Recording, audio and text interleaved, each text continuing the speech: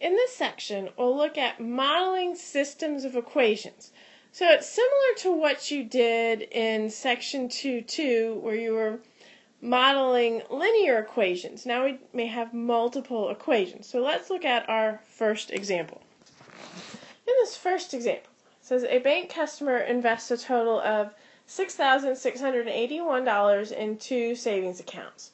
One account yields 8% simple interest and the other 9.5% simple interest. The customer earned a total of $552 interest for the year. How much was invested in the 9.5% account? Okay, so I have two accounts. One called X, one called Y. So I have X dollars in one, Y dollars in the other. When I add them up, I get $6,681. One account earns 8%, so 0.08X. The other, 9.5%, so 0.095Y. Totals, $552. How much was invested in the 9.5%? So here's my system of equations.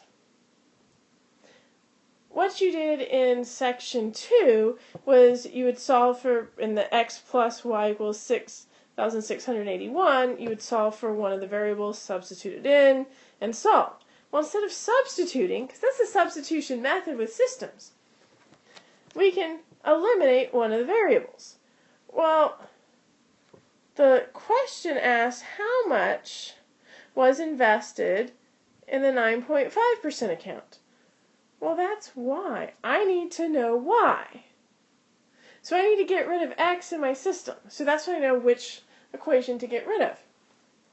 Well, since I have x and negative 0.08, well, if I multiply the first equation by negative 0.08, here's what I end up with. Negative 0.08x minus 0.08y equals negative 534.48 divided by 0.08x plus 0.095y is equal to 552. Add them up. 0.08 cancels. So I'm left with 0.015y is equal to 1752. Divide by 0.015. So what's in the y account? Y equals 1,168. That's all I need to know is what's in the y account, so that answers the question. It's always good to go back and reread the question to make sure we've answered it. Well, let's look at a different scenario and see what happens. Because the previous one we dealt with money, you dealt with that before, so that's a repeat. Here's something a little bit new with a twist. But it's old with a twist. An airplane travels 460 miles from San Diego to San Francisco against the wind in 2.5 hours. On its return trip with the wind, it only takes 1 hour. Find the rate of the airplane with no wind and the rate of the wind. Okay, so here we have two things. Well, first of all, where it says find the rate of the plane with no wind, that's going to be my x value. Find the rate of the wind, that's going to be y. Because I have two values, an x and a y. And remember, in the previous modeling section, we had distance equals rate times time. Same concept, just now we have two rates. So going against the wind, we know the distance is 460. So 460 from San Diego to San Francisco against the wind. The time is 2.5 hours. And since I'm going against, so I have the speed of the plane minus the wind. Well, then going back, the distance is the same. but it only takes 1 hour, and I'm going with the wind, so x plus y. So here's my equation, or my system of equations. Well, now one nice thing is that I always look at is, notice if I have x minus y, x plus y, if I could get it to where I have x minus y and x plus y on each one, that makes it easier to add the equations together. So what I'm going to do is multiply this first equation by 1 divided by 2.5, or divide both sides by 2.5. So what happens when I divide both sides by 2.5, I end up with 184 is equal to x minus y, and 460 is equal to x plus y. Well, now this makes it easier, because now I can add the two equations up, and I end up with 644 is equal to 2x. Well, when I divide by 2, x equals 322.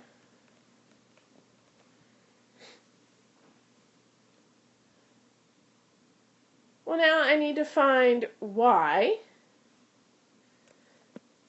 So since I have 460 is equal to x plus y, x equals 322, so I have 460 is equal to 322 plus y.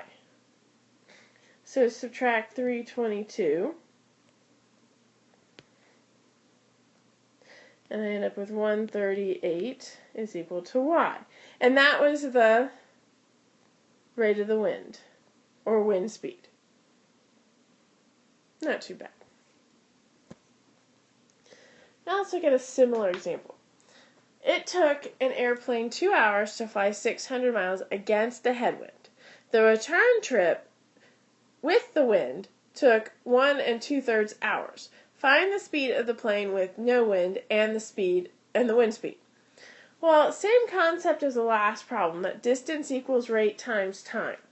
Well, my distance is 600 miles. And I know if I go 2 hours, I'm going against. So against is x minus y. And then with, so I have 600 equals. Well, now it took 1 2/3 hours, but I want to change that to an improper fraction. Well, 1 2/3 is the same thing as 5/3. And I'm going with the wind, so x plus y. So like I did on the previous problem, I can divide by 2 or multiply by a half to both sides. And here I'm going to multiply by 3/5. So when I say 600 divided by 2, I get 300 is equal to x minus y. And when I take 600 times 3 divided by 5, it's 360 is equal to x plus y. So now add things up, because I have my system. It's a lot easier here. Well, when I add things up, I get 660 is equal to 2x, or 330 equals x. Well, x is my plane. So that's the speed of the plane. Now to find y. Well, if I have 300 is equal to 330 minus y. Well, I need 330 minus 30 is going to give me 300. So 30 equals y. So that's the wind speed. And it should be noted that the speed of the plane should be faster than the wind speed. If it's not, there's something wrong. Because typically if you have 330 mile per hour winds, you're in the middle of a tornado. 30 mile per hour winds is a very bad thunderstorm or a storm. So you got to be careful as to what these actually mean in real life. It's not just problems you're made to do in math class. Now let's look at a problem that you've already done. We actually did this. Example 1 is exactly the same. Example 1, we mixed money. Now we're mixing paint. It says a paint mixer wants to mix paint that is 15% gloss with paint that is 30% gloss to make 5 gallons of paint that is 20% gloss. How many gallons of each type should the paint mixer mix together? Okay. Well, if I have X gallons of 15% and I add up with Y gallons of 30%, I'm going to end up with 5 gallons of paint. So now I come along with my percentages. So 0.15x plus 0.30y is equal to 5 times 0.20. There's our system of equations. So if you notice on this first equation, I'm only dealing with amounts. Only the amounts, the gallons, the dollars, whatever. On the second equation, I have my percents times the amount. 15% times X plus 30% times Y is equal to 20% times 5. Okay. Well, now here's where I deal with my system of equations. And again, it doesn't matter which variable I solve for first, because I need to know how many gallons of each type. So I need to know each. Well, I'm going to multiply the first equation by negative 0.15.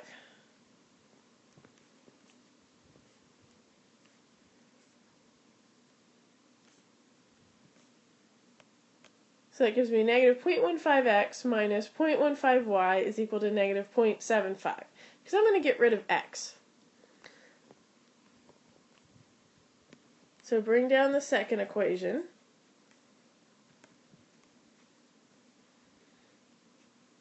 And add it up. Well, x's go away. And I'm left with 0.15y is equal to 0.25.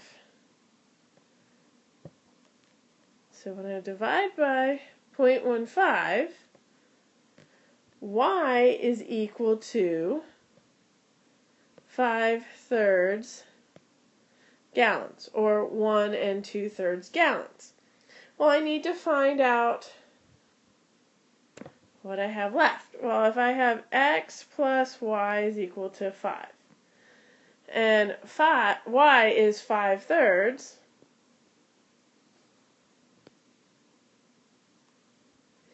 couple ways to do this. Can either subtract the 5/3, or since I have the fraction, if I multiply both sides by 3, 3x plus 5 is equal to 15. Subtract 5. 3x equals 10. Divide by 3. X equals 10/3 gallons. Well, we probably want to know that that's 3 1/3 gallons of the 15%.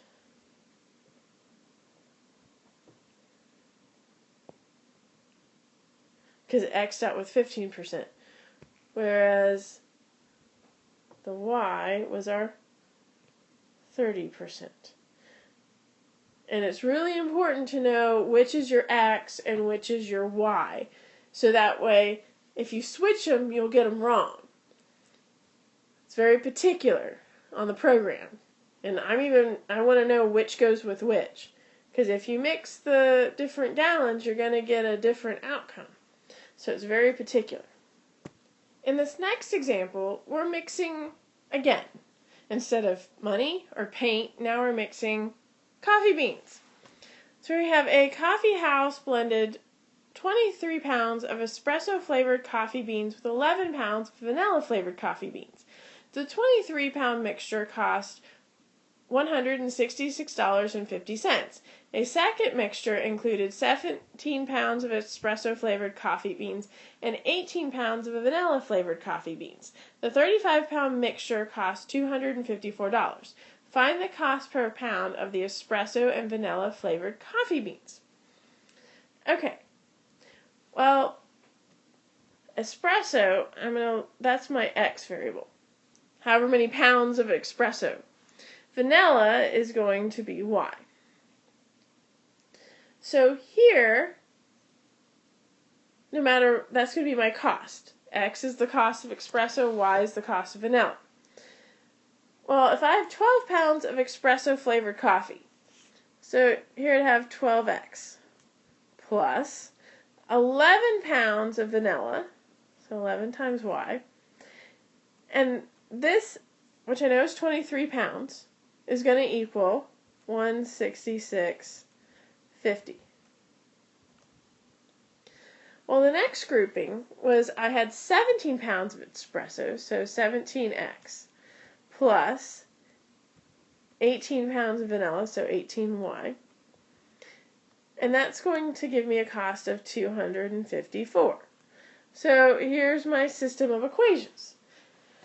Now, so far, when we solved our system of equations, for the first 4 examples, I only had to eliminate or multiply one equation by one value, and I eliminated. I was able to eliminate a value. Here, not so nice.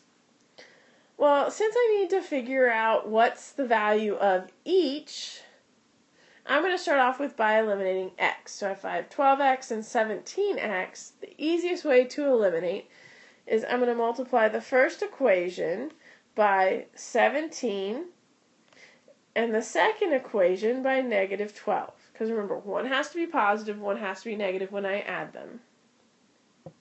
So when I multiply the first equation by 17, I get 204X plus 187Y is equal to 2830.50.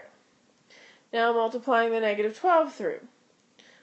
So negative 204X minus 216Y is equal to negative 3048. Add them up. The X's cancel, and I'm left with negative 29Y equals negative 217.50. Divide by negative 29. So Y equals $7.50. And that dealt with the vanilla. So that's per pound of vanilla.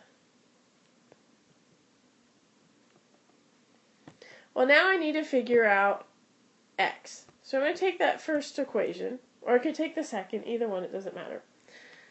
So I have 12X plus 11 times 7.5 equals 166.50.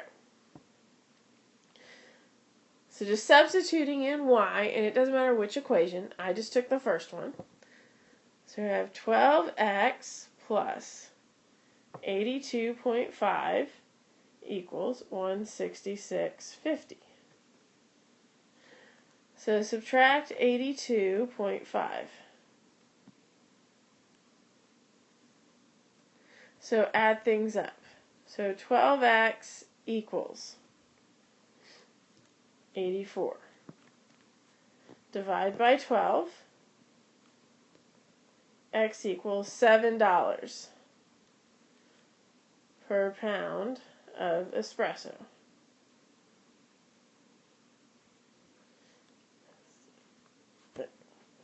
And again, make sure you have the right variable with the right value, because it's easy to mix up. Well, I have $7 per pound and $7.50 per pound. You got to know which is which. So it's $7 per pound of the espresso and $7.50 per pound of the vanilla. So you got to make sure you have your values correct. Here we have another mixture problem. This is a little more similar to the paint problem, but kind of same idea, just now we're dealing with salt instead of paint. A chemist is mixing a 40% salt solution with a 25% salt solution to make, oops, there's my equal sign, to make 60 liters of a new saline solution that will contain 30% salt. How much of the 40% solution should the chemist use? Okay, with my amounts, going back to that amount, I don't know how much of the 40%, call it X. And I'm mixing it with the 25%. Well, I don't know how many liters of each, but I know the total is 60. So now I come along with my percentages. So here I have 40% of the X amount plus 25% of the Y amount is equal to 30% times 60. Okay.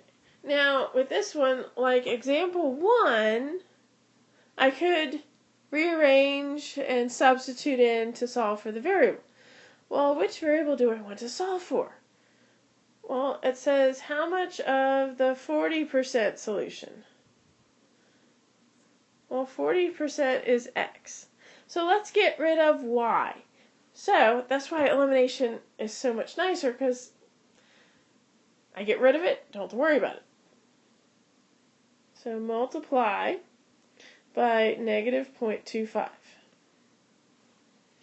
So here I have negative 0.25x minus 0.25y equals 60 times negative 0.25 is negative 15. 0.40x plus 0.25y is equal to 18.